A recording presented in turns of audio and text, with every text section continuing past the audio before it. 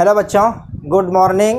This is Aftab Siddiqui और आज लेकर आ गए हैं मूविंग चार्ज एंड मैग्नेटिज्म का लेक्चर नंबर 10, जिसके अंदर पढ़ने वाले हम लोग लॉरेंज फोर्स। लॉरेंज फोर्स क्या है इसके बारे में जान लेते हैं। लॉरेंज फोर्स कुछ नहीं होता है। इससे पहले हम लोग इलेक्ट्रिक फील्ड पढ़ चुके थे। इलेक्ट्रिक फील्ड के अंदर कोई चार्ज पार्टिकल अगर इंटर करती है तो उसके ऊपर एक इलेक्ट्रिक फोर्स एक्सर्ट होता है। और उसी तरह से अगर मैग्नेटिक फील्ड में अगर कोई मूविंग चार्ज पार्टिकल, अगर rest charge particle magnetic field के अंदर जाती है तो उसके ऊपर किसी भी तरह का फोर्स एक्सपीरियंस नहीं होता है। चार्ज पार्टिकल के पास अगर मोशन है, यानी कि अगर उसके पास वेलोसिटी है, अगर मूव कर रहा है, तब उनके ऊपर फोर्स एक्सर्ट होती है। तो दोनों फोर्स को मिला करके हम लोग नेट फोर्स जो निकालने वाले हैं उसी को लॉरेंज फोर्स कहते हैं, और यही बात आज हम समझने वाले हैं। तो हेडिंग लगाइए साथ साथ लॉरेंज फोर्स। देखिए लॉरेंज फोर्स, ये लॉरेंज फोर्स है। तो लॉरेंज फोर्स को समझने से पहले हम लोग पहले इलेक्ट्रिक फील्ड देख लेते हैं कि इलेक्ट्रिक फील्ड जो पहले इलेक्ट्रोस्टैटिक्स के अंदर पढ़ चुके थे उन्हीं को हम थोड़ा रिवाइज कराने की कोशिश करते हैं कि ये एक इलेक्ट्रिक फील्ड है, और इलेक्ट्रिक फील्ड और मैग्नेटिक फील्ड जो भी हम अभी बात कर रहे हैं यूनिफॉर्म ही बात कर रहे हैं। तो यूनिफॉर्म इलेक्ट्रिक फील्ड है। अगर इस यूनिफॉर्म इलेक्ट्रिक फील्ड के अंदर कोई चार्ज पार्टिकल या तो रेस्ट पे हो चाहे मूव कर रहा है, दोनों कंडीशन में इलेक्ट्रिक फोर्स एक्सर्ट होती है।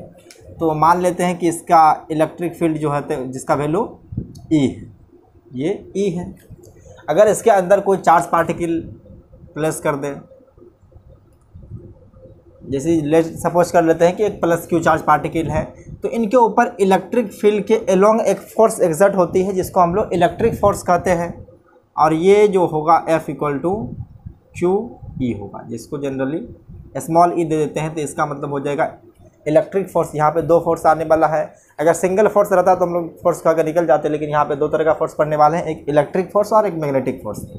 तो ये इलेक्ट्रिक फोर्स के बारे में आप इलेक्ट्रोस्टैटिक्स के अंदर बहुत अच्छी तरह से जान चुके हैं। तो अब हम लोग देखने वाले हैं मैग्नेटिक फील्ड।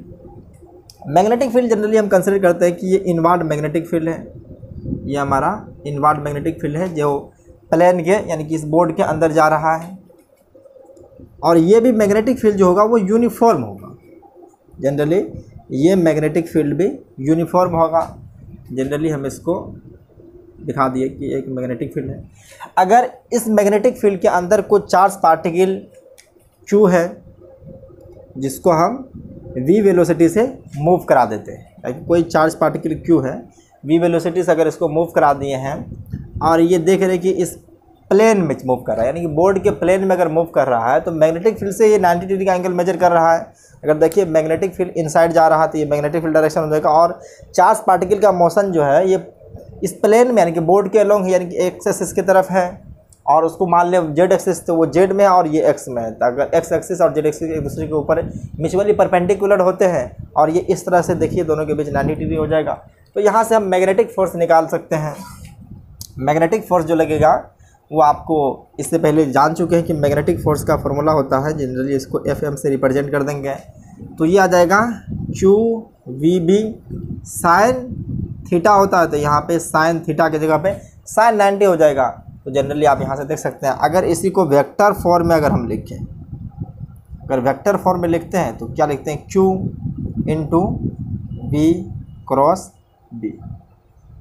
ये अभी हम इसी को पढ़ रहे थे, मैग्नेटिक फोर्स निकालना सीख रहे थे। मैग्नेटिक फील्ड के अंदर कोई चार्ज पार्टिकल अगर मूविंग चार्ज पार्टिकल इंटर करती है तो कितना फोर्स लगेगा, वो फोर्स लगता है Q into V cross B।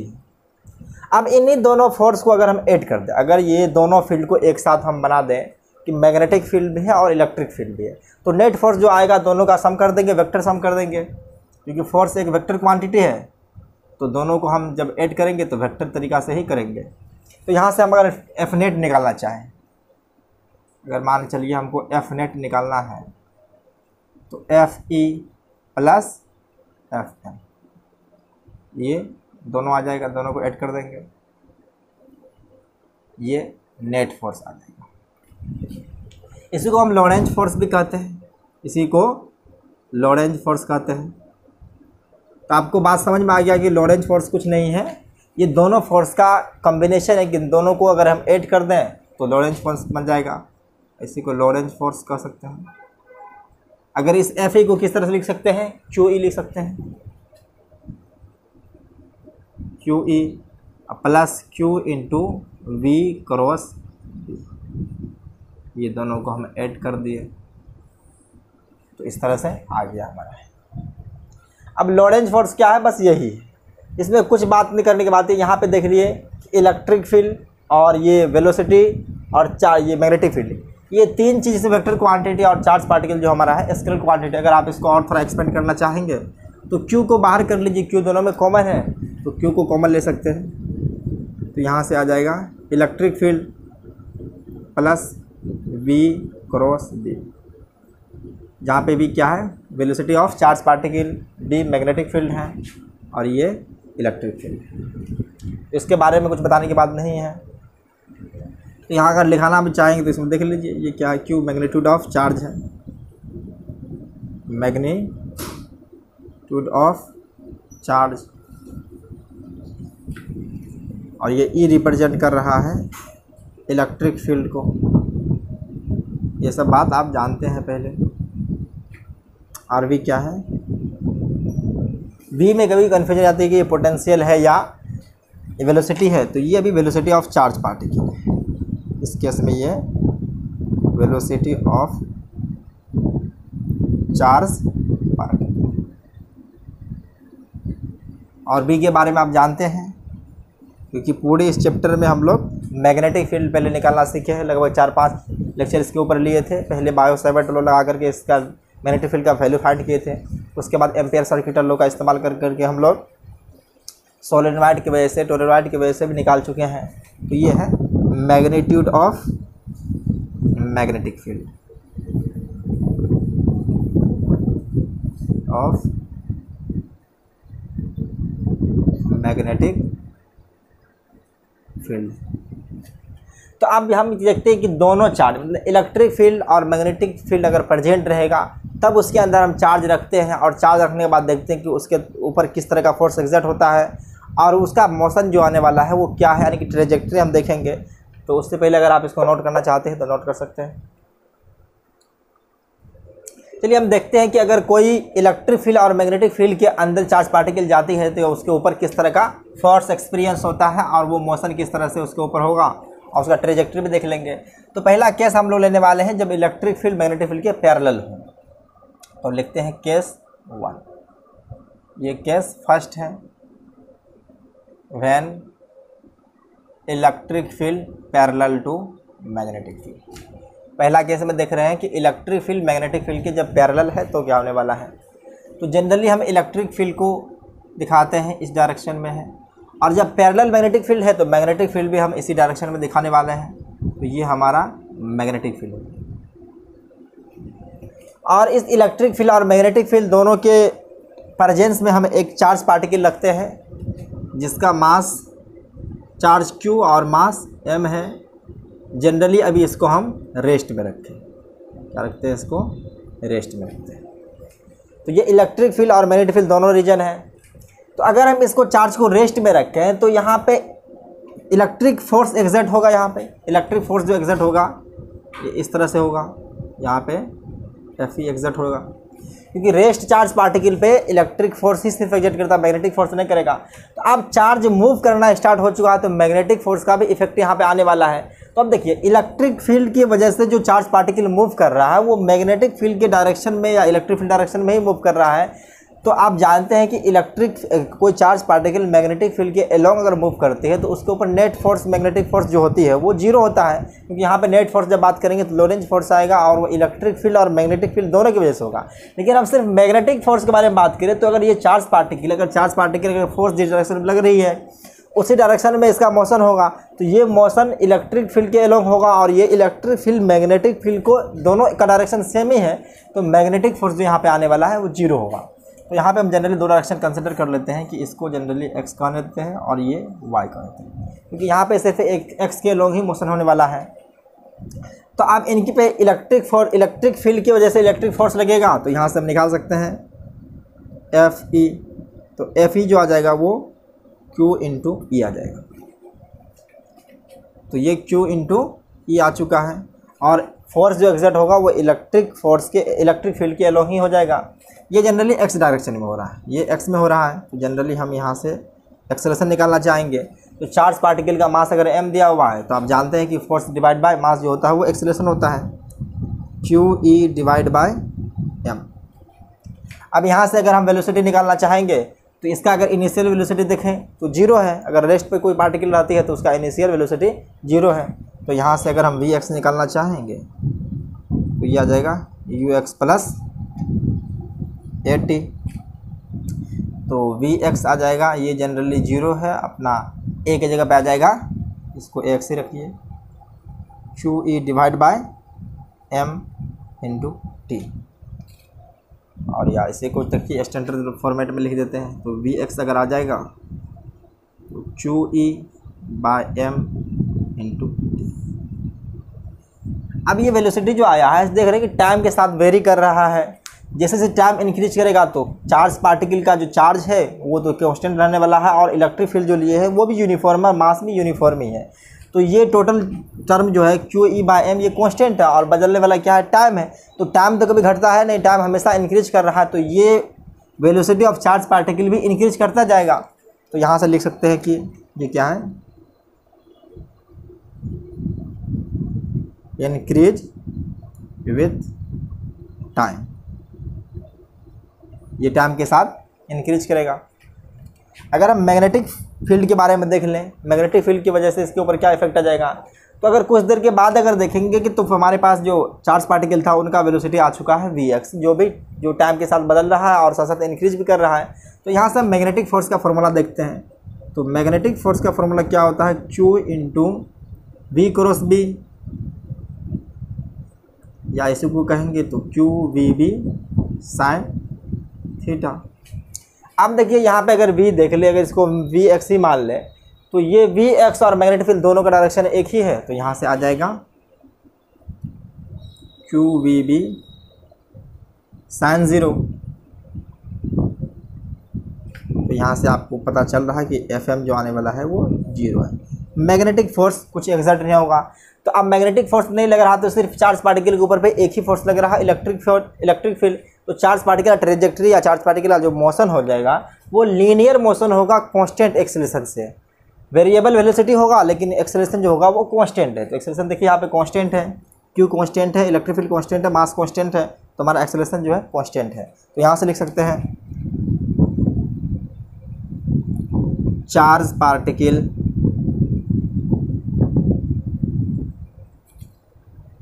moves on linear path जो होगा लीनियर आने वाला है, linear path with constant acceleration. Acceleration charge particle का कांस्टेंट रहेगा विथ कांस्टेंट एक्सेलरेशन। तो मान लीजिए ये पहला ही पॉइंट था, ये जब इलेक्ट्रिक फील्ड मैग्नेटिक फील्ड के अंदर था, जब हम चार्ज पार्टिकल को रेस्ट में रखे तो है। सेकेंड केस हम लोग लेने वाले हैं कि अगर इस चार्ज पार्टिकल को कुछ वेलोसिटी से इलेक्ट्रिक फील्ड या मैग्नेटिक फील्ड के अलोंग ही मूव करा देते हैं, तब इस पर क्या आने वाला है। तो ये बात तो बेसिक, अगर आप इसको नोट करना चाहें तो नोट कर सकते हैं। कर लिए। तो देखिए हम चार्ज पार्टिकल को क्या करने वाले हैं, यहाँ से इसको मूव करा देते हैं, चार्ज पार्टिकल को मूव करा देते हैं, इसको कुछ वेलोसिटी दे देते हैं। ये सेकेंड नंबर हो जाएगा केस 1 का, ये सेकेंड पॉइंट है, ये सेकेंड पॉइंट आ जाएगा। अगर चार्ज पार्टिकल को हम V0 वेलोसिटी से एक्स एक्सिस के अलोंग, यानी कि जनरली हम इसको एक्स एक्सिस माने हैं और ये ऊपर वाला डायरेक्शन जो है इसका वर्टिकली अपवर्ड जो है उसको वाई एक्सिस माने हैं। तो जनरली अभी हमको 2 डायमेंशन की ज़रूरत है। तो अब क्या हो जाएगा, फोर्स जो लगने वाला है वो फोर्स तो सेम ही रहेगा, QE आ जाएगा। एक्सेलरेशन भी सेम आ जाएगा। एक्सेलरेशन देख लिए x = QE, चार्ज अब भी वही है, मास भी वही है, तो एक्सेलरेशन भी सेम हो जाएगा।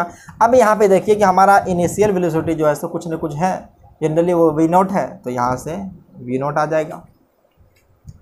और ये देखिए ये भी इंक्रीज कर रहा है टाइम के साथ, क्योंकि ये कांस्टेंट है, QE/T कांस्टेंट है, टाइम तो वेरिएबल है। तो यहाँ से टाइम जैसे जैसे वेरी करेगा हमारा चार्ज पार्टिकल का स्पीड भी वेरी करेगा या वेलोसिटी भी वेरी करेगा। यहाँ पे कह सकते हैं इट वेरी विथ टाइम, और ये इंक्रीज करेगा टाइम के साथ। जैसे जैसे टाइम बीतेगा इसका चार्ज पार्टिकल का मोशन इंक्रीज करता जाएगा। अब भी ये देखेंगे मैग्नेटिक फोर्स, अगर देखेंगे तो मैग्नेटिक फोर्स अब भी ऐसे ही आने वाला है। देखिए मैग्नेटिक फोर्स क्या देगा, चार्ज भी वही है। अगर इसका अगर मान करके चलिए इनिशियल वेलोसिटी कुछ दिया गया है तो उससे क्या होने वाला है कि इसी डायरेक्शन में मैग्नेटिक फील्ड के अलोंग ही चार्ज पार्टिकल का कुछ न कुछ शुरुआत में वेलोसिटी था, उसके बाद बढ़ता गया है। तो अब भी इनके बीच, दोनों के बीच जो एंगल है वो जीरो ही है, जो भी साइन जीरो, तो ये आ जाएगा मैग्नेटिक फोर्स जीरो आ जाएगा। तो अब इस चार्ज पार्टिकल के ऊपर एक ही फोर्स एक्सर्ट हो रही है जो इलेक्ट्रिक फील्ड है, और इलेक्ट्रिक फील्ड की वजह से इलेक्ट्रिक फोर्स जो एक्सर्ट हो रही है वो चार्ज पार्टिकल को मूव करा रहा है, लीनियर पाथ पे ही होगा, किससे, कांस्टेंट एक्सेलरेशन से। चार्ज पार्टिकल का वेलोसिटी भले ही इंक्रीज कर रहा है लेकिन एक्सेलरेशन जो है वो कांस्टेंट है। ये सेकंड केस था। अब थर्ड केस में लेते हैं हम कि चार्ज पार्टिकल को परपेंडिकुलर में कर देते हैं, इसको वाई एक्सिस के अलोंग कर देते हैं, तब जाकर के इसके पास इलेक्ट्रिक फील्ड और मैग्नेटिक फील्ड दोनों की वजह से फोर्स आ जाएगा।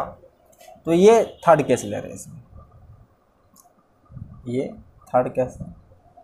अब चार्ज पार्टिकल को वाई एक्सिस के अलोंग मूव करा देते हैं, इनिशियल वेलोसिटी v नॉट है। तो अब v नॉट है तो इसके ऊपर इलेक्ट्रिक फोर्स जो एक्सर्ट होगी वो x एक्सिस के अलोंग ही होगा, इलेक्ट्रिक फोर्स x एक्सिस के अलोंग होगा। तो अब भी इनके ऊपर जो फोर्स आने वाला q इंटू ई रहेगा और एक्सेलरेशन जो होगा वो सेम रहेगा। और इनिशियल वेलोसिटी अब भी x एक्सिस के अलोंग देखेंगे तो x एक्सिस के अलोंग जो इनिशियल वेलोसिटी है, यहाँ पे हम ux जो हो जाएगा यहाँ पे जीरो है, x एक्सिस के अलोंग इनिशियल वेलोसिटी जीरो है, तो यहाँ पे v नॉट ना होकर के जीरो आ जाएगा, देख रहे हैं। तो V X equal to zero Q by T है, इसको भी हम मिटा करके यहाँ पे फ्रेश से लिख देते हैं कि हमारा वी एक्स जो आने वाला है वो साफ साफ देख सकते हैं, Q E by M into T. अब ये भी टाइम के साथ इंक्रीज कर रहा है, क्या है, इंक्रीज विथ टाइम। जैसे टाइम बीतता जाएगा इसका चार्ज पार्टिकल का स्पीड या वेलोसिटी जो है वो एक्स एक्सिस के लोग बढ़ता जाएगा। वाई एक्सिस के बारे में अब भी कोई फोर्स नहीं, इलेक्ट्रिक फील्ड का वजह से फोर्स नहीं लग रहा है। अब वाई एक्सिस के लोग आप देखते हैं मैग्नेटिक फोर्स लगता है। वाई एक्सिस देखिए, एक जेड एक्सिस हम लोग कंसिडर करने वाले हैं। जेड एक्सिस जनरली हम अंदर की तरफ मान लेते हैं, हालांकि ये रहा प्लस एक्स, ये वाई रहा, तो जेड को हम जनरली प्लस जेड को अंदर की तरफ कर देते हैं। तो ये कोई दिक्कत की बात नहीं, आप बाहर भी मान सकते हैं, अंदर भी मान सकते हैं, या आपके एग्जाम्पशन से लिया जा सकता है। तो अब देखते हैं कि इस पर मैग्नेटिक फोर्स एक्सर्ट होने वाला है या नहीं। तो मैग्नेटिक फोर्स के लिए क्या चाहिए कि उन दोनों के बीच का एंगल अदर देन 0 या 180 होने चाहिए। तो अब जो एंगल आ चुका है तो क्यू भी बी क्रॉस बी रहेगा। तो यहाँ पे साइन थीटा जो है वो साइन 90 आ जाएगा। और यहाँ पे देखिए एक्स एक्सिस के मोशन जो हो रहा है, चार्ज पार्टिकल का एक्स एक्सिस के अलोंग अगर मोशन हो रहा है तो अब भी इसके ऊपर एक्स एक्सिस के मोशन की वजह से कोई इफेक्ट नहीं पड़ेगा, लेकिन चार्ज पार्टिकल के ऊपर इनिशियल वेलोसिटी दे दिया गया है v नॉट। ये किसके एक्सिस के अलोंग है, ये y एक्सिस के अलोंग है। तो अब इन दोनों के बीच में मैग्नेटिक फील्ड और वेलोसिटी, चार्ज पार्टिकल की वेलोसिटी के बीच कुछ एंगल आ गया है। तो देखिए मैग्नेटिक फील्ड इस डायरेक्शन में है और चार्ज पार्टिकल मूव कर रहा है इस डायरेक्शन, चार्ज पार्टिकल इस डायरेक्शन मूव कर रहा है, तो दोनों के बीच का एंगल 90 डिग्री है। तो अब इनके ऊपर फोर्स लगेगा, तो फोर्स का डायरेक्शन निकालने के लिए हम लोग यूजिंग जनरली इस्तेमाल करते हैं राइट हैंड पाम रूल का। तो राइट हैंड पाम रूल के अकॉर्डिंग हम लोग ये अपने 4 फिंगर को मैग्नेटिक फील्ड के अलोंग रखते हैं और थंब को पॉजिटिव चार्ज के मोशन के अलोंग रखते हैं, और ये हमारा पाम जो देता है वो मैग्नेटिक फील्ड का डायरेक्शन देता है। तो यहाँ पर हम करने वाले हैं, तो मैग्नेटिक फील्ड डायरेक्शन क्या है, इस तरफ है, और चार्ज पार्टिकल का मोशन जो है सो ऊपर की तरफ हो रहा है। तो ये देख रहे हैं कि हमारा पाम जो कर रहा है वो इनवर्ड जा रहा है, इनवर्ड यानी कि हम जेड एक्सिस के लोग माने हैं। तो इनवर्ड अगर ये जा रहा है तो मैग्नेटिक फील्ड का डायरेक्शन इनवर्ड, यानी मैग्नेटिक फोर्स का डायरेक्शन जो है सो इनवर्ड जा रहा है। अब ये इनवर्ड जा रहा है तो मैग्नेटिक फोर्स चार्ज पार्टिकल का स्पीड को चेंज नहीं करता, ये सर्कुलर पाथ में मूव कराता है। अब देखिए ये अगर देखेंगे तो ये इनवर्ड जा रहा है, देखिए यहाँ पे चार्ज पार्टिकल ऊपर जा रहा है, फोर्स इसके इस तरफ लग रहा है, ये अंदर की तरफ लगना है, तो ये सर्कुलर पाथ पे मूव करा देगा। चार्ज पार्टिकल सर्कुलर पाथ पे मूव करना स्टार्ट कर देगा। अब ये सर्कुलर पाथ पे मूव कर रहा है और एक्स एक्सिस के अलोंग में कुछ ना कुछ इसका स्पीड या वेलोसिटी जो भी कीजिए स्पीड दिया गया है, तो ये ऐसे से मूव करता हुआ ये हेलिकल पाथ पे चले जाएगा। तो ये सर्कुलर पाथ में मूव करेगा, इसकी वजह से तो ये सर्कुलर पाथ पे मूव करेगा। तो यहाँ से फोर्स जो आने वाला है इस बार 0 नहीं होगा, वो कुछ न कुछ है। इनिशियल चार्ज पार्टिकल का जो वेलोसिटी दिया हुआ था v नॉट है, तो यहाँ पे देख लीजिए कि जो Fm आ चुका है वो q v नॉट b आ चुका है। इस फोर्स की वजह से चार्ज पार्टिकल क्या हो रहा है, सर्कुलर मोशन हो रहा है, तो ये सर्कुलर मोशन करवा रहा है। और ये सेंट्रीपिटल फोर्स भी बन जाएगा, मैग्नेटिक फोर्स जो करेगा वो सेंट्रीपिटल फोर्स की तरह बिहेव करेगा। तो ये Fm जो है वो Fc की तरह रोल प्ले करेगा। अगर इसका हम रेडियस निकालना चाहें, अगर ये सर्कुलर पाथ में मूव कर रहा है तो सर्कुलर पाथ में अगर मूव कर रहा है तो कुछ ना कुछ इसका रेडियस होगा, कुछ टाइम पीरियड होगा। तो रेडियस और टाइम पीरियड हम दोनों फाइंड कर सकते थे। यहाँ से हम रेडियस निकालना चाहेंगे तो देखिए Fm इक्वल टू क्या है, यहाँ से q v not b equal to centripetal force mv² by r है। तो v क्या है, v नॉट हो जाएगा। यहाँ से देखिए रेडियस आ जाएगा, ये v नॉट कैंसिल होकर के आ जाएगा, ये r equal to m v not by q। Last 2 class से हम लोग ये रेडियस निकालना सीख चुके हैं। अगर टाइम पीरियड देखेंगे तो टाइम पीरियड अब भी रहेगा इसका सेम ही जनरली जो आता है। तो ये मूव कर रहा है सर्कुलर पाथ पे, तो टोटल जो इसका सरकमफेरेंस हो जाएगा, एक रिवोल्यूशन में जो डिस्टेंस कवर करता है वो डिवाइड बाय स्पीड, तो एक रिवोल्यूशन में डिस्टेंस जो कवर करेगा वो 2πr divide by v speed. तो यहाँ से अगर हम चाहे इसको कैलकुलेट करना तो इसको 2π को 2π रहने दीजिए, ये v हो जाएगा, और r की जगह पे mv नॉट बाय ये भी v नॉट होगा, इसलिए कि स्पीड जो है वाई एक्सिस के लोग जो मूव कर रहा है इस पाथ पे उसका स्पीड v नॉट है जो इनिशियली दिया हुआ है यहाँ पे। तो ये r का तो वैल्यू निकाल चुके हैं mv नॉट बाय qv, तो यहाँ से v नॉट कैंसिल कर सकते हैं। तो देखिए हमारा टाइम पीरियड जो आ चुका है ये 2πm डिवाइड बाय q। ये पहले भी कई बार निकाल चुके हैं, लास्ट 2 क्लास से हम टाइम पीरियड और रेडियस के बारे में अच्छी तरह से कैलकुलेशन कर रहे हैं। अब देखते हैं इसका मोशन किस तरह से आने वाला है। इसका मोशन के जनरली बारे में बात करेंगे तो ये देखिए सर्कुलर पाथ में मूव कर रहा है और इस डायरेक्शन में ये Vx है, जनरली ये Vx है, और Vx कैसा, ये टाइम के साथ इंक्रीज कर रहा है। तो जनरली हम जानते थे कि जब इलेक्ट्रिक फील्ड एब्सेंट था, इलेक्ट्रिक फील्ड जब एब्सेंट था तो एक्स एक्सिस के अलॉन्ग जो सिर्फ मोशन हुआ करता था। इस समय क्या है कि जनरली अभी तो नहीं है कुछ है, लेकिन यहाँ पे इलेक्ट्रिक फील्ड एब्सेंट होने की वजह से मैग्नेटिक फील्ड एक्स एक्सिस के अलॉन्ग जो भी रहता था मैग्नेटिक फोर्स का वैल्यू वो कांस्टेंट रहता है, लेकिन इस बार कांस्टेंट नहीं होने वाला है। इस बार जो इसका पिच आ जाएगा वो कुछ न कुछ ऐसा आ जाएगा। तो अगर इसको हम P1 मान लें, इसको P2 मान लें और इसको P3 मान लें, तो हॉरिजॉन्टल जो मोशन हो रहा है वो वेरिएबल पेस के साथ हो रहा है। तो चार्ज पार्टिकल जो मूव करेगा, ये हाँ, तो देखिए यहाँ पे, तो यहाँ से लिख सकते हैं चार्ज पार्टिकल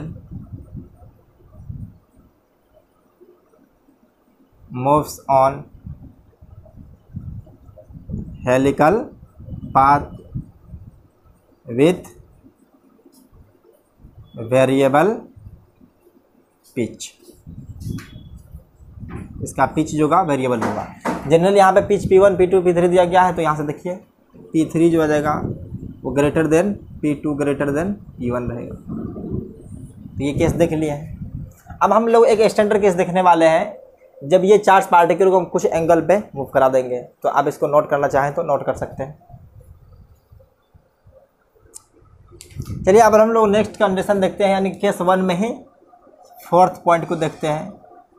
तो अब हम लिख चुके थे कि अभी कोई चार्ज पार्टिकल था, चार्ज पार्टिकल को वर्टिकल मोशन दिए थे, वर्टिकल डायरेक्शन में उसके पास इनिशियल स्पीड था, लेकिन अब इसको हम कुछ एंगल पे मूव करा देते हैं। अगर ये कोई चार्ज पार्टिकल है जिसका चार्ज Q और मास M जनरली रिप्रेजेंट करते थे, और इसको इस यानी कि कुछ एंगल पे मूव करा दे, इलेक्ट्रिक फील्ड और मैग्नेटिक फील्ड से कुछ एंगल दे दिए हैं, और ये एंगल का वैल्यू हम थीटा दे देते हैं। तो यहाँ से हम कंसिडर कर लेते हैं इस एक्सिस को इस तरफ x कर देते हैं, ऊपर की तरफ y हो रहा है, और ये इस तरफ जनरली z, मतलब अंदर की तरफ जो जा रहा है, अंदर से बाहर की ओर एक्सिस आ रहा है, उसको z मान लिया है। तो अब जनरली हम लोग क्या करते थे, अगर ये इस तरह का कंडीशन जब आता था तो हम इसका 2 कंपोनेंट में डिवाइड कर लेते थे। एक मैग्नेटिक फील्ड के अलोंग और एक मैग्नेटिक फील्ड के परपेंडिकुलर। तो हम यहाँ भी वैसे ही करने वाले हैं, एक मैग्नेटिक फील्ड के अलोंग आ जाएगा, इसको वी नॉट कॉस थीटा कहते हैं, और एक मैग्नेटिक फील्ड के परपेंडिकुलर आ जाएगा, ये मैग्नेटिक फील्ड के परपेंडिकुलर हो जाएगा, और ये आ जाएगा वी नॉट साइन थीटा। पता चल रहा है। तो अब हम लोग इलेक्ट्रिक फील्ड के वजह से देखने वाले हैं इस चार्ज की पार्टिकल के ऊपर फोर्स जो लगेगा वो एक्स एक्सिस के लगेगा। जो डायरेक्शन इलेक्ट्रिक फील्ड का होगा वो इलेक्ट्रिक फोर्स जो एग्जर्ट होगा वो इलेक्ट्रिक फील्ड के अलॉन्ग ही हो जाएगा। तो यहाँ से हम इलेक्ट्रिक फील्ड का फोर्स निकालने वाले हैं। तो इलेक्ट्रिक फील्ड की वजह से जो फोर्स आ जाएगा वो Q इंटू ई आएगा, और ये एक्स एक्सिस के अलॉन्ग होगा, ये फोर्स एक्स एक्सिस के अलॉन्ग हो जाएगा।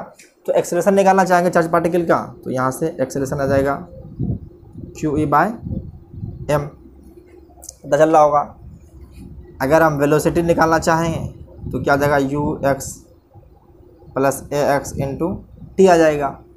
तो इनिशियल वेलोसिटी कुछ इस बार दिया हुआ है, वो क्या है v नॉट कोस थीटा, ये x एक्सिस के अलॉन्ग है। तो यहाँ से vx देख लीजिए, vx हो जाएगा v not cos theta plus QE by m A का वैल्यू, और ये t। तो ये एक्स एक्सिस के अलॉन्ग जो चार्ज पार्टिकल का मोशन है यानी कि वेलोसिटी है वो टाइम के साथ इंक्रीज कर रहा है। तो यहाँ पे लिख सकते हैं इंक्रीज विथ टाइम, ये टाइम के साथ इंक्रीज कर रहा है। तो अब हम मैग्नेटिक फोर्स को देखने वाले हैं। मैग्नेटिक फोर्स की वजह से चार्ज पार्टिकल के ऊपर किस तरह का फोर्स, मैग्नेटिक फील्ड की वजह से चार्ज पार्टिकल के ऊपर कोई फोर्स एग्जर्ट हो रहा है या नहीं। तो जनरली हम मैग्नेटिक फोर्स को FM से रिप्रेजेंट करते हैं। तो FM इक्वल टू क्या जाएगा QVB साइन थीटा।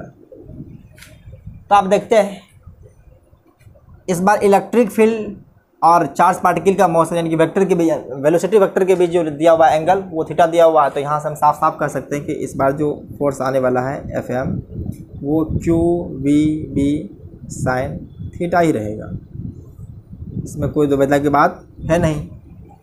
अब ये चार्ज पार्टिकल को सर्कुलर पाथ में रिवॉल्व कराएगा। तो आप देख सकते हैं यहाँ पे इसका कंपोनेंट ये ऐसे है। तो इलेक्ट्रिक फील्ड का ये मैग्नेटिक फोर्स है, तो ये मैग्नेटिक फील्ड है, और ये चार्ज पार्टिकल का ये परपेंडिकुलर कंपोनेंट तोड़े हैं इसको वी नॉट साइन थीटा। अब ये वी नॉट साइन थीटा की वजह से ये सर्कुलर पाथ में रिवॉल्व करना स्टार्ट किया, क्योंकि इसके ऊपर अगर फोर्स देखेंगे तो फोर्स इनवार्ड की तरफ लगेगा। इलेक्ट्रिक मैग्नेटिक फोर्स की तरफ, हम मैग्नेटिक फील्ड की तरफ अपने 4 फिंगर करेंगे और थंब को रखना है मोशन ऑफ चार्ज पार्टिकल। तो चार्ज पार्टिकल अगर ये है तो इसके ऊपर ये मोशन हो रहा है ऊपर की तरफ, तो मैग्नेटिक फोर्स इनवार्ड लग रही है। तो फोर्स लग रहा है इसके ऊपर इनवार्ड है, तो इनवार्ड है तो इसकी वजह से सर्कुलर मोशन होगा। इसके बारे में जान चुके हैं पहले। क्या करेगा, सर्कुलर मोशन कराएगा चार्ज पार्टिकल को। अगर रेडियस का फाइंड करना चाहते हैं तो रेडियस देखिए डायरेक्टली निकाल सकते हैं, ये MV sine theta divide by Q, MV not हो जाएगा। वही मैग्नेटिक फोर्स है वो सेंट्रीपिटल फोर्स की तरह बिहेव करेगा, उसकी वजह से हम सेंट्रीपिटल फोर्स का फॉर्मूला अप्लाई करेंगे। तो ये हमारा फॉर्मूला जाएगा MV sine theta by QB, और टाइम पीरियड भी जो आएगा वो सेम रहेगा, वो 2 पाई m डिवाइड बाय Q भी आ जाएगा। तो टाइम पीरियड भी आ जाएगा।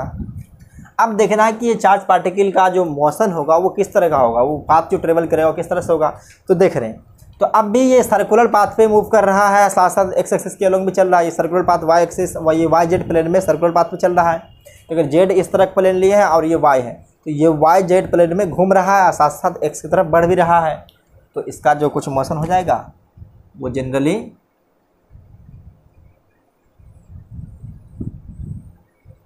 इस तरह से होगा, क्योंकि ये चार्ज पार्टिकल वेरिएबल वेलोसिटी के साथ मूव कर रहा है एक्स एक्सिस के अलॉन्ग। एक्स एक्सिस में अगर इसका मोशन देखें यानी कि इसका वी एक्स जो देखेंगे ये वेरी कर रहा है टाइम के साथ, और ये साथ साथ इंक्रीज भी कर रहा है।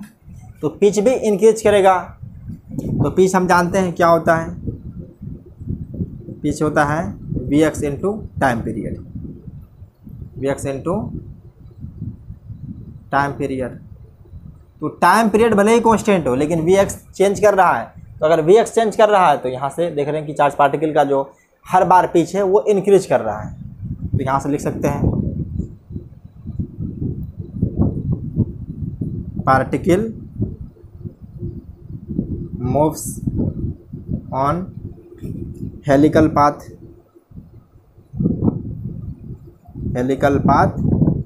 With variable pitch. इसका पिच जो होगा वो वेरिएबल हो जाएगा। जनरली इसका पिच को जनरली यहाँ से लेकर यहाँ तक के P1 मान लें और इसको यहाँ से यहाँ तक का P2 कंसिडर कर लिया और इसको P3 मान लेते हैं यहाँ से लेकर के यहाँ तक, और इसको P4 मान लेते हैं। तो हर बार पिच जो है सो इंक्रीज कर रहा है। तो यहाँ पे देख सकते हैं कि P4 जो हो जाएगा वो greater than P3 greater than P2 greater than P1 आ जाएगा। तो पिच हर बार इंक्रीज कर रहा है। इतना बात आई थिंक आप लोगों को क्लियर हो गया होगा।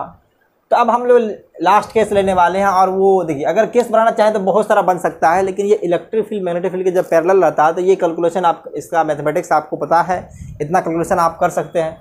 तो ये फील्ड को हम डिस्कस कर चुके हैं। जनरली ये किताबों में दिया नहीं रहता, अगर अच्छा किताब देखिएगा तो वहाँ पे ये सब बातें लिखी रहती हैं।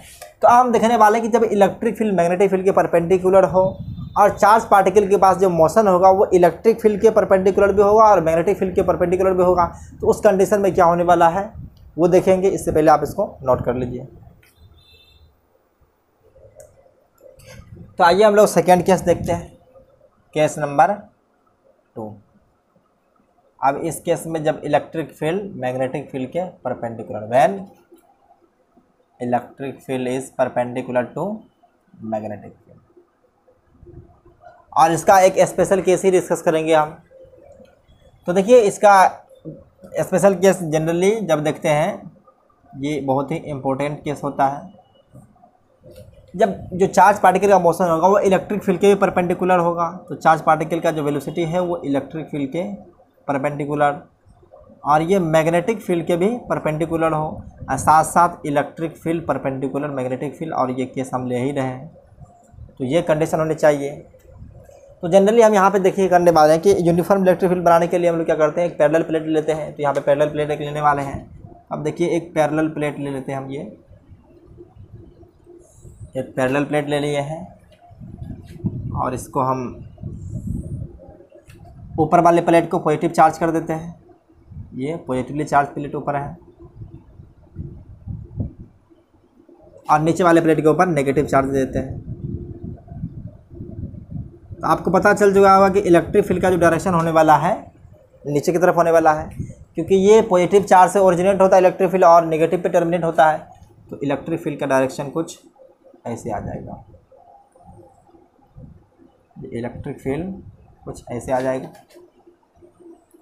ये वर्टिकली डाउनवर्ड है, ये इलेक्ट्रिक फील्ड डायरेक्शन है। और मैग्नेटिक फील्ड को जनरली हम करते हैं क्या कि इसको इनवर्ड डायरेक्शन में दे देते हैं, मैग्नेटिक फील्ड को इसके अंदर भेज देते हैं। तो मैग्नेटिक फील्ड को दिखाने के लिए हम लोग क्रॉस का साइन दे देते हैं। ये इलेक्ट्रिक फील्ड है, ये जनरली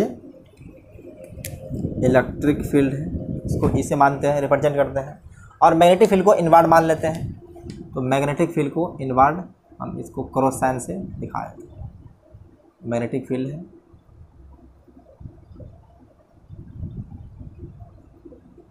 ये मैग्नेटिक फील्ड इनवर्ड की तरफ यानी कि बोर्ड के प्लेन में जा रही है। अब एक कोई चार्ज पार्टिकल लेते हैं जिसका मास चार्ज Q है और मास m है। इसका चार्ज Q मास m, इस चार्ज पार्टिकल को वेलोसिटी दे देते हैं हम इलेक्ट्रिक फील्ड के लिए। तो देखिए यहाँ पे अगर इसके पास इसका वेलोसिटी v0 है, जनरली देख लिए, तो अभी v ही रहने दीजिए, v0 स्पेशल केस में लेंगे। तो आप पहले देखते हैं कि इसके ऊपर इलेक्ट्रिक फोर्स किस तरफ लगने वाला है और मैग्नेटिक फोर्स किस तरफ लगने वाला है। तो अगर चार्ज पार्टिकल अगर मूव करे चाहे रेस्ट में हो उससे कोई फर्क पड़ने वाला नहीं है। इलेक्ट्रिक फील्ड की वजह से इलेक्ट्रिक फोर्स जो एग्जर्ट होगी वो इलेक्ट्रिक फील्ड के अलॉन्ग ही होती है। तो इन पे इलेक्ट्रिक फोर्स जो लगेगी वो नीचे की तरफ लगेगी, ये Fe एग्जर्ट होगा। देख लिए electric field negative Y axis में लग रहा है। इलेक्ट्रिक फोर्स जो होगा इनके ऊपर निकालना चाहेंगे तो हम निकाल सकते हैं F equal to Q E, और इसकी डायरेक्शन जो होगा वो नेगेटिव वाई एक्सिस में होगा। जनरली इसको हम देखिए यहाँ पे इसको x मान लेते हैं, इसको y कर लेते हैं, और ये एक्सिस जो हमारा है z है। ये अंदर की तरफ, ये बीच में नहीं, ये अंदर की तरफ है। और इस पर हम मैग्नेटिक फोर्स आप देखने वाले हैं, तो मैग्नेटिक फोर्स जनरली इसको हम B मान लेते हैं। यूनिफॉर्म मैग्नेटिक फील्ड है जिसका वैल्यू हम लोग D कंसिडर कर लेते हैं। इसका सिर्फ मैग्नीट्यूड के बारे में बात करते हैं, B है। तो मैग्नेटिक फोर्स लग रहा है इनवर्ड, और चार्ज पार्टिकल इस तरह मूव कर रहा है।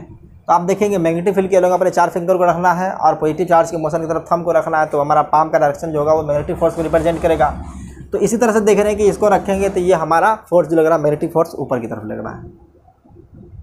मैग्नेटिक फोर्स का डायरेक्शन जो आ रहा है ये ऊपर की तरफ आ रहा है FM, और यहाँ से देख लेते हैं FM जो आ जाएगा वो अगर इन दोनों के बीच का एंगल देखेंगे तो 90 ही आने वाला है। जनरली अगर केस ऐसा भी डिस्कस कर रहे हैं, जब भी देख रहे हैं कि क्यू वी भी कर रहे हैं तो वो 90 डिग्री के केस में आने वाला है।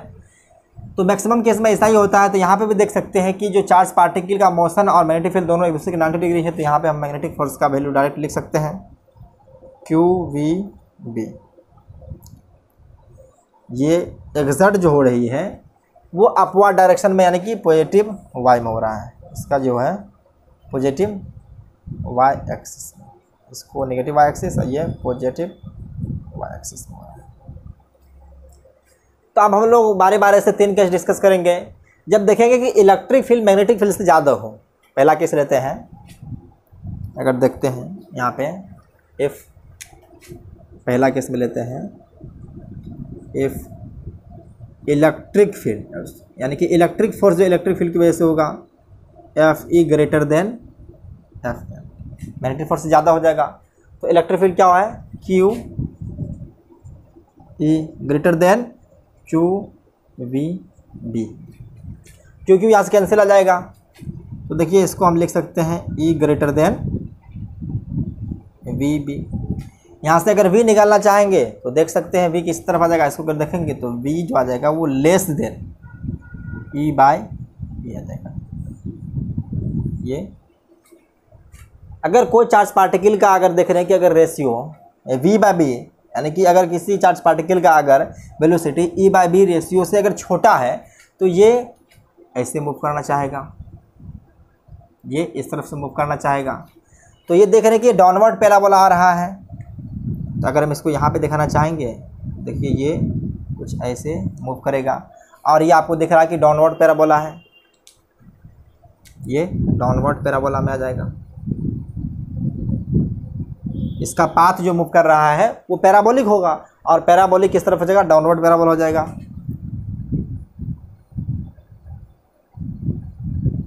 डाउनवर्ड पैराबोला, मैथ में आप लोग पैराबोला, हाइपरबोला, एलिप्स, सर्किल सब पढ़ते ही रहते हैं। अब देखते हैं हम सेकेंड केस ले रहे हैं। जब इलेक्ट्रिक फोर्स जो होगा वो मैग्नेटिक फोर्स से कम होगा तो क्या होने वाला है। तो देखिए देखते हैं कि हमारा एफ ई जो है वो लेस देन होगा एफ एम।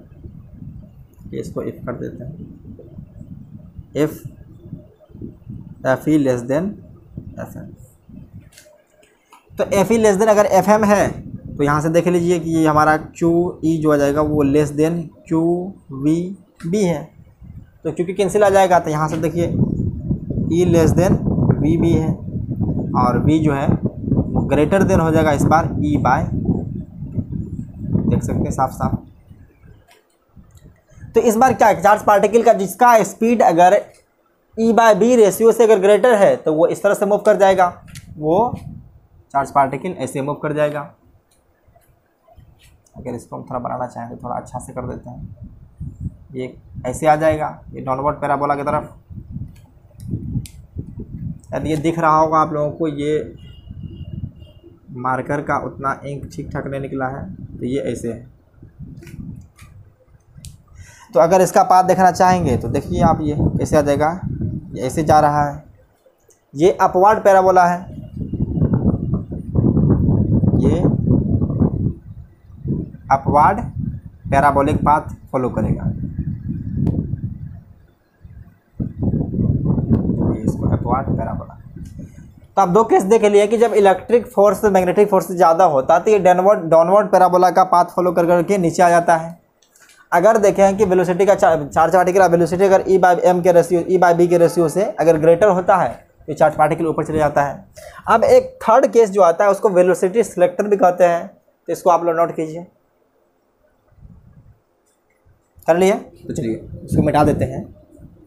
थर्ड केस और सबसे इंपॉर्टेंट केस है, जनरली एनसीईआरटी में ये थर्ड केस के बारे में डील किया गया है। तो हम उनको बताने से पहले ये सब भी बता दिए आपको, अगर ये कंडीशन अगर आता है तो क्या होने वाला है, तो ये समझ लिए हैं। तो थर्ड केस में देखने रहे कि जब चार्ज पार्टिकल के ऊपर लगने वाला फोर्स जो इलेक्ट्रिक फोर्स हो और मैग्नेटिक फोर्स दोनों जब बराबर हो जाएगा तो चार्ज पार्टिकल के ऊपर जो यहाँ पे है डायरेक्ट ये इसमें किसी फोर्स के बिना ये डायरेक्ट निकल जाएगा। कभी कभी होता है कि अगर हम किसी भी बीम के ऊपर इस पर इंसर्ट करते हैं तो चार्ज पार्टिकल बहुत सारे आते हैं, तो सबका अलग अलग वेलोसिटी होता है। तो अगर जिसका ज़्यादा चार्ज पार्टिकल का अगर वेलोसिटी होगा वो ऊपर से निकल जाएगा, जो कम होगा वो नीचे से निकल जाएगा, और जो दोनों के रेशियो के बराबर जनरली E/b के रेशियो के बराबर होता है तो वो B से निकल जाता है। तो आप यहाँ से देखिए कि इफ़ FE = FM, तो यहाँ से देखिए Q = QVB। अब इसको जनरली हम V0 मान लेते हैं। अगर जो देखिए अगर कोई चार्ज पार्टिकल अगर V0 से मूव कर रहा है, ये V0 है, ये एक स्पेशल चार्ज पार्टिकल का स्पीड है जिसको हम सेलेक्ट करना चाहते हैं। यहाँ पे एक सिलेक्टर लगा देंगे तो यहाँ पे चार्ज पार्टिकल अरेंज आ जाएगा। यहाँ पे हम कलेक्ट कर सकते हैं कि वो चार्ज पार्टिकल कलेक्ट कर सकते हैं जिसका स्पीड E/b के रेशियो के बराबर हो जाएगा। तो यहाँ से देखिए ये दोनों कैंसिल हो जाएगा और V0 = चाहेंगे तो यहाँ पे E/b, और इसको जनरली इस केस को कहते हैं वेलोसिटी सिलेक्टर। वेलोसिटी सिलेक्टर कहते हैं, यानी कि हम वो चार्ज पार्टिकल को सिलेक्ट कर सकते हैं जिनका रेशियो E/b है। जनरली क्रॉस फील्ड से अगर मूव कर रहा है, इलेक्ट्रिक फील्ड मैग्नेटिक फील्ड दोनों क्या है, ये दोनों का क्रॉस फील्ड है, और ये दोनों क्रॉस फील्ड का वो चार्ज पार्टिकल जिनका स्पीड E/b रेशियो के बराबर है, वो सारा चार्ज पार्टिकल जो मूव करेगा विदाउट किसी डेविएशन का वो मूव कर जाएगा। इस केस में हो सकता है charge particle moves on linear path, कह सकते हैं चार्ज